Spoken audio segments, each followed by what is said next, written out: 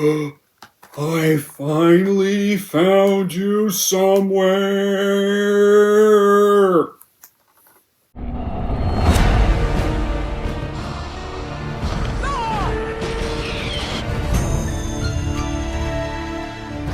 Those were up, and they did. More smarts, and my...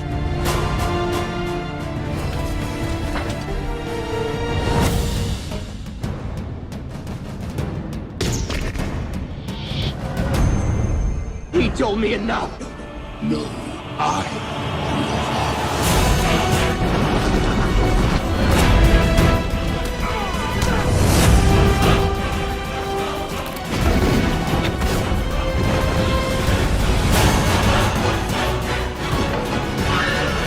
Here's Chuck.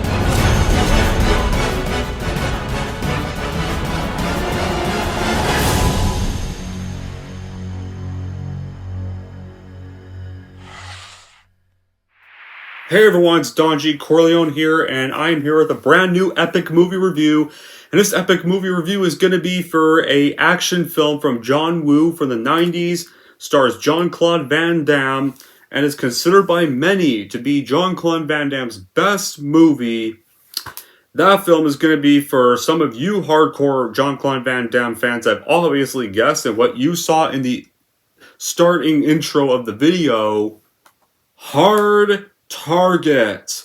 Yes, after a long time searching for this, we finally found this movie. I can't believe this took ages to frickin' find. This thing is impossible to get like anywhere. Unless you go on Amazon. On DVD. Couldn't even find this in Cologne. No, I couldn't even find this in Princeton. Penticton. I couldn't find this in Penticton even. I even tried to find it there and it wasn't even there. Like, man. But now I finally found it and I finally watched it. So, before I get into details, what's the plot? Well, a girl named Natasha Binder comes to New Orleans looking for her father who had went missing. So in doing so, she meets this very hard man called Chance, and then he helps her find out that her father was killed by an organization who sold the opportunity to hunt human prey. Then they get taken advantage of a police strike in New Orleans. So will the muscles from Brussels win though? Yeah, so how was this made? Well, The Hard Target was the first American film that John Woo made in the U.S. that John Woo made, and it was the first major Hollywood film made by a Chinese director as well. Universal Pictures was nervous about having John Woo direct the feature, and they sent in director Sam Raimi to look over the film's production and to take Woo's place as director if he were to fail. Woo went through several scripts, like mostly martial art films, which he was not interested in, and decided on Peripheral's script for Hard Target. And originally they were going to have Kurt Russell in the lead role, but Kurt Russell was busy with other projects, so they went with Universal's initial choice of Jean-Claude Van Damme to star. Woo got along with Jean-Claude Van Damme very well, and that's definitely what you should have when you have a director making a project. During filming, and they raised the amount of action in the film as they knew the actor was really up for it. So, they filmed in New Orleans for 65 days, and then, however, when it came to rating the film from the MPA, formerly the MPAA at the time, Woo had trouble trying to secure an R rating, what Universal wanted, so Woo had to make dozens of cuts so the MPAA could rate it R. So, once Hard Target was officially shot, marketed, and released, it received mixed reviews from film critics, but it didn't stop the movie from being a financial success, and over the years, the film has gained a cult following, especially for all the action scenes. And Hard Target has been considered a cult classic. Some critics even noted it as one of Woo's best American films. Now, as for my reaction, upon finally watching this movie, this is no doubt the #1 best film from John Woo and the #1 best role from Jean-Claude Van Damme, no doubt. Not only that, it's one of the best action movies of cinema yet. I could definitely see why this used to be Rambo Afterlife's favorite movie of all time before that got changed to Aliens earlier this year. Yeah, Hard Target is fucking dope. Hard Target is one of the greatest and one of the best action-packed movies in a John Woo Van Damme style. Of all Van Damme movies, this one, easily the best of Jean-Claude Van Damme's films, and I absolutely love this. This is definitely the best role from Jean-Claude Van Damme. The title says, don't hunt, but you can't kill. It's one of the best taglines of any film. Easily, yeah, it's also easily John Woo's best movie. Like, ever since I saw Violent Night last year, I've been trying, no, not Violent Night, Silent Night. Silent Night. And I decently enjoyed it. I've been trying to watch more John Woo films. I decently enjoyed Silent Night. I saw that in the theaters last year, and I don't think it deserves the hate it got. I actually thought it was a decently good film, and I don't care if it's mute, because I've watched a lot of mute films before. I could care less about it being mute. Was Silent Night a masterpiece? No, definitely not, but it was still a decently enjoyable film. Better than a majority of big budgeted films nowadays. We'll take it over a majority of worse big budgeted films that have failed to try to match good action. But yeah, anyway. Yeah, it's John Woo's best film, and easily one of my favorite action movies of all time. Like, don't hunt when you can't kill is a perfect tagline for this movie. Like, the thrill of the hunt, it's the ultimate drug. The more intense the rush, higher the price. And the superstar here, Jean-Claude Van Damme, teams up with director John Woo for this terrific thriller, where Van Damme is now the target of an evil mercenary who's played by Lance Henriksen. He recruits homeless combat veterans for the amusement of his clients, such as tycoons who pay like $500,000 to stalk and kill the most challenging prey. Then man. So it's laced with dark humor, it's slam-packed with electrifying action. Like, Hard Target is a terrific see for any action fans. Jean-Claude Van Damme, you all know, has many, many, many action films, like Universal Soldier. The Universal Soldier movies are some of them. The Expendables 2, heck, he was even in the Kung Fu Panda films, the 2 sequels. Yeah, I haven't seen all of them. So I've only seen this. I've seen the Kung Fu Panda sequels. I've seen Expendables 2. I know he's in Universal Soldier, even though I haven't watched those. But easily, like John Woo really proves himself with this film. The answer for providing greatness to Van Damme here. It's obvious, like, with Van Damme's films that follow after this. Well, yeah. With Woo on the helm, you get to see Van Damme doing these Woo signature action, like double gun firing action, slow-mo, dangerous stunts, views, the back-to-back two-side camera view, yeah, all that stuff. Van Damme even Van Damme apparently said this was one of the most creative action films he's ever done, and you can see why when you watch the film. Because it really has all that great action that was kind of starting this new age for action movies. When it comes to the story, the plot just seems like a typical simple plot on paper, but when John Woo adds twists and gimmicks to transform the simplicity into interest. So the cast is highlighted with other actors like Lance Henriksen's role as the bad boss, and he definitely adds terrific acting and voice to the film. They got Yancy Butler, who is in this, but she's not really that good of a leading lady.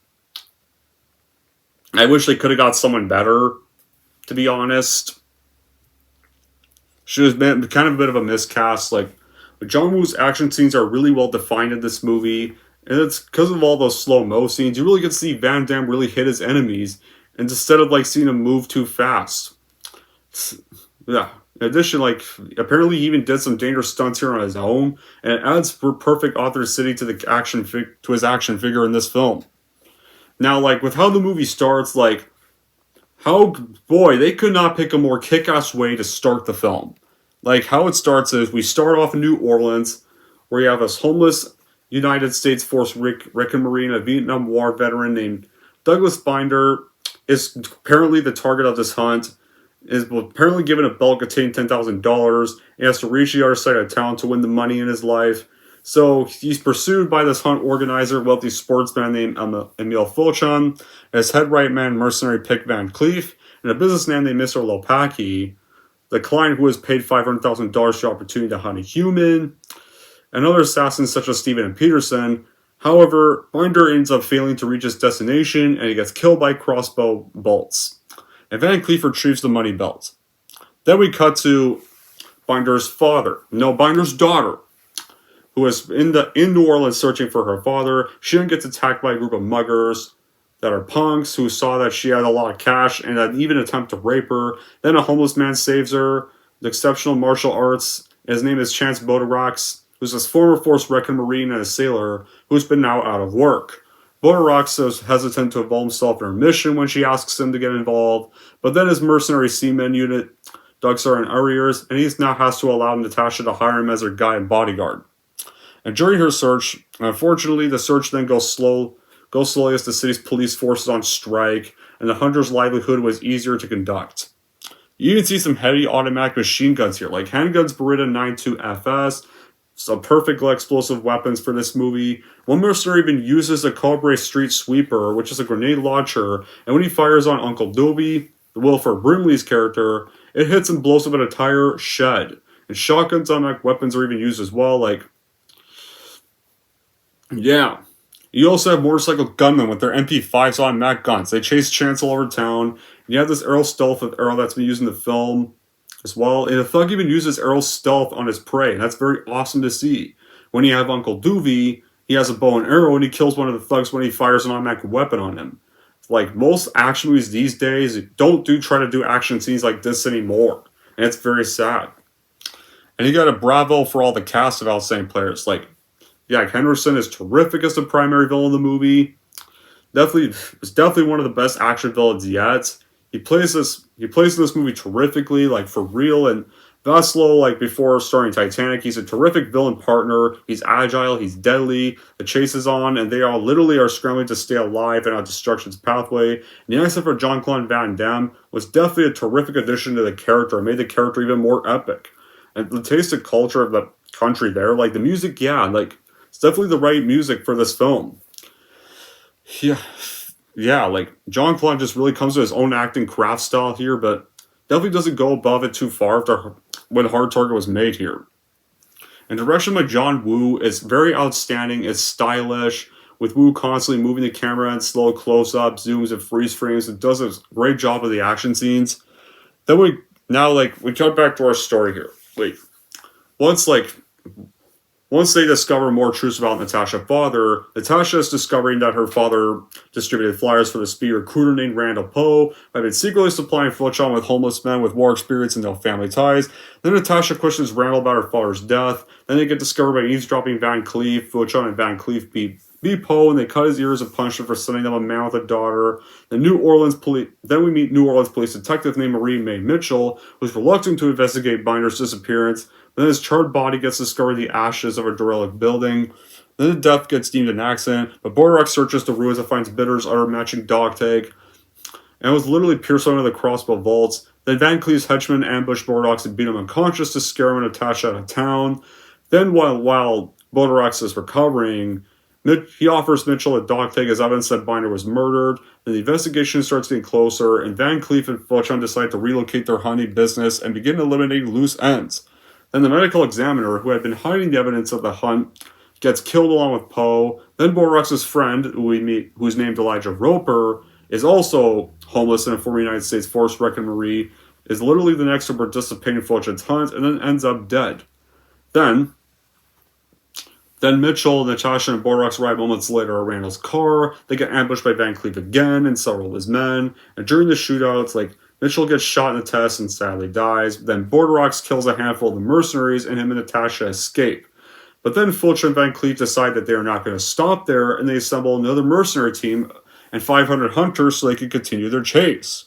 So yeah, this whole movie, Hard Target, has lots of cool action scenes where Van Damme beats people up, shoots bad guys left and right, in epic slow-mo and normal filming. Like, the action in this movie is very similar to action in a film called Desperado, a film I watched last summer. What we're literally left with then is this film where Van Damme gets to say really nice, silly things like, "Now take your pig stick and your boyfriend and find a bus to catch," and posing like a bad dude. And he gets to kick the absolute crap out of a lot of people, shoot even more. Yeah.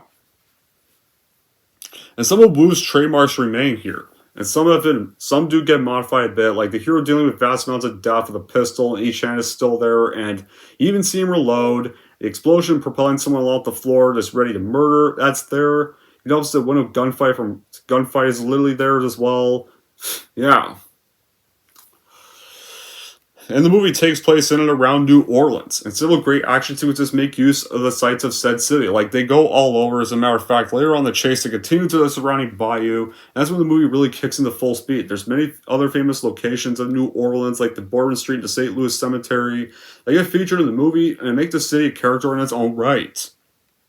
And for the finale of this movie, the finale of this movie is easily very terrific. It's easily one of John Woo's best action scenes yet. It's John Woo's #1 best action scene yet. Because after Mitchell has died and Borux and Natasha escape and more hunters are being assembled to hunt after them, Borux then leads Natasha to his uncle named Clarence Duvey. We find out his house is deep in the bayou, and he decides to enlist his uncle's help to defeat the men. So, Borux, Natasha, and Duvey, they're leading the hunting party to the Mardi Gras graveyard, which is a warehouse of like old damaged Mardi Gras floats and statues. And then during this whole finale, they literally kill Fuchon's men one by one. Then Van Cleef gets finally gunned down by Borux in a shootout. And then once everybody's all like dead left and right, all the bad guys have been all dead, Fuchon is the last one left, or no, like Fuchon is pretty much left, and he holds Borux at bay by taking Natasha hostage and stabbing Duvey in the chest with his arrow. But then Borux charges him, attacks him with a flurry of blows, and then of course, in one of the easily the best ways to defeat him is he literally drops a grenade in his pants, and Fuchon realizes in vain to dismantle the grenade, but instead he literally gets incinerated in an explosion before he can even get it out of his pants. And honestly, that's kind of a funny way just to have him send out. Like, it's pretty much a death that Birds of Prey tried to do. It's pretty much the movie that it's pretty much like Black Mask's defeat that this movie badly tried to do. But instead it literally just came off as pathetic because how it went was the kid that was friends with Harley Quinn literally just put a grenade in his own in Black Mask's jacket pockets, and literally, it's like they just tried to. Birds of Prey's finale badly tried to be Hard Target's finale, and it failed. But he tried to get it out of his because it just literally just some kid you don't care about that we don't have much of a connection to somehow managed to put a grenade in Black Mask's jacket. And so, like, Harley Quinn just basically kicks him off the dock and he just blows up. Like, it's what, like, I bet Birds of Prey badly thought it could try to be this. It clearly thought it tried to be this movie. Now I think about it, Birds of Prey did kind of rip off the plot of this. A little bit in some way. After I've now seen this and kind of think about it, I can't believe I didn't realize that before. But then again, I saw Birds of Prey before I saw this. So that would make a lot of sense. But yeah. So after the better version of that death, however, just when he thinks like the whole battle has been won, it's not over yet because Duvey is still alive because the arrow Fuchon used only hit Duvey's whiskey flask. So, Duvey's still alive. Like, we thought Duvey died, but he's still alive. So, yeah.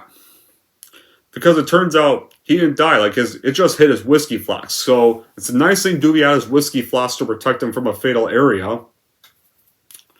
So, yeah, Fuchon's attempt to kill Duvey was all for nothing. So, yeah, it pretty much ends with, and that's where the movie ends. Like, Borux, Natasha, and Duvey, like, Natasha's father's been avenged. The whole organization is dead. And they leave and they make their way out of the warehouse. And that's the end of the movie right there. That is how Hard Target ends, everybody. Yeah, that's really the ending. Fuchon is dead. Borux, Natasha, and Duvey leave satisfied right there. There was no sequel setups. There's no corny romance drama here. It ends with them just like that. Just them leaving. They have won the battle, leaving victorious from the destroyed warehouse. Although I think there was a direct-to-DVD sequel, which I have no intention of watching at all. Now, would I have any bad qualities with the film if you're probably all wondering something? Like, I'm not sure if I can really think of any at the top of my head. Maybe just Yancy Butler doesn't really do that good of a performance as the female lead because she just really gets nothing to do all that much. Guess that would be my one bad quality. Other than that, I have no problems with this movie. Hard Target, I think, is a masterpiece. I think it definitely deserves much more acclaim than some people really give it. It's better than what a lot of the paid critics seem to think it is. And I think, like I'm surprised this does not appear on a list of top best action movies of all time. It's sure shit better than a lot of the Holly weird productions today. that I could definitely say. Like, I miss action movies like this. I miss the stuff. I miss stuff like Predator. I miss stuff like Commando. I miss stuff like Rambo: First Blood Part Two. I miss stuff like Aliens. I miss stuff like the OG Star Wars trilogy. I miss the good era of action. Like, yeah, we've had some exceptions. At least we have the John Wick films and all. We've had Bullet Train, we had Violent Night, we have John Woo's new film Silent Nights, and we still had some exceptions this year, but this, like, the 80s to 90s for action movies were a special time, and I miss the stuff we had like this. And sadly, that stuff will probably not happen today because this is a complete full PC world that's still sensitive to everything nowadays. But yeah, Hard Target. I think Hard Target is personally a masterpiece of the action genre, and it's a shame we hardly get this kind of stuff nowadays. So, guys, with that being said, in the end, Hard Target is fucking worth buying wherever the hell you can find it, because believe it or not, this fucker took me a long-ass time to find anywhere. I finally found it a few weeks ago at Lemon Drugs, and immediately grabbed the fucker and bought it. So I could finally watch it and make this review. Because I've been long wanting to watch this movie for a long time. And it sucks I never heard about this for a long time. It really sucks I didn't check this movie out sooner. Yeah, Hard Target was fucking epic. Anyways, guys, that is it for my epic fucking review of Hard Target. And if you're wondering how I'm going to rank Hard Target, here's how I am obviously going to rank this movie. So overall, if you love Jean-Claude Van Damme and John Woo and want to see their #1 masterpiece they did together, totally watch and buy this movie for your collection without a doubt, because it is a total kick-ass action film. And if you're wondering how I'm going to obviously rank Hard Target, I'm obviously going to give Hard Target a fucking 10 out of fucking 10.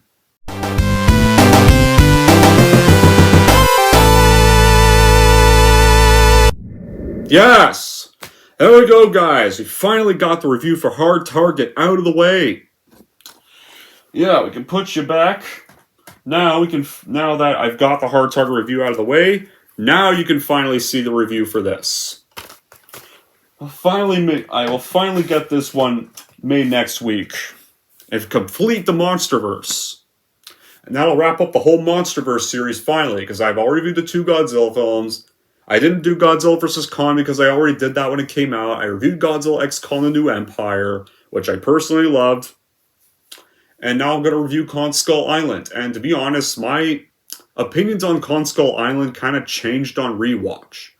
Where I didn't like it at first, but finally revisited it a few weeks ago. And I gotta say, this movie's a lot better on this. I think this is one of those films that's much better on rewatch. Because I think it just requires a rewatch to enjoy better. Like, wasn't good when I first saw it, but it's not as bad. It's kind of not that bad anymore, to be fair. But yeah, until then, guys, that'll be it for this epic movie review. Thank you all for watching this, and if you like this and want to see more, totally don't forget to like and subscribe to Don Corleone.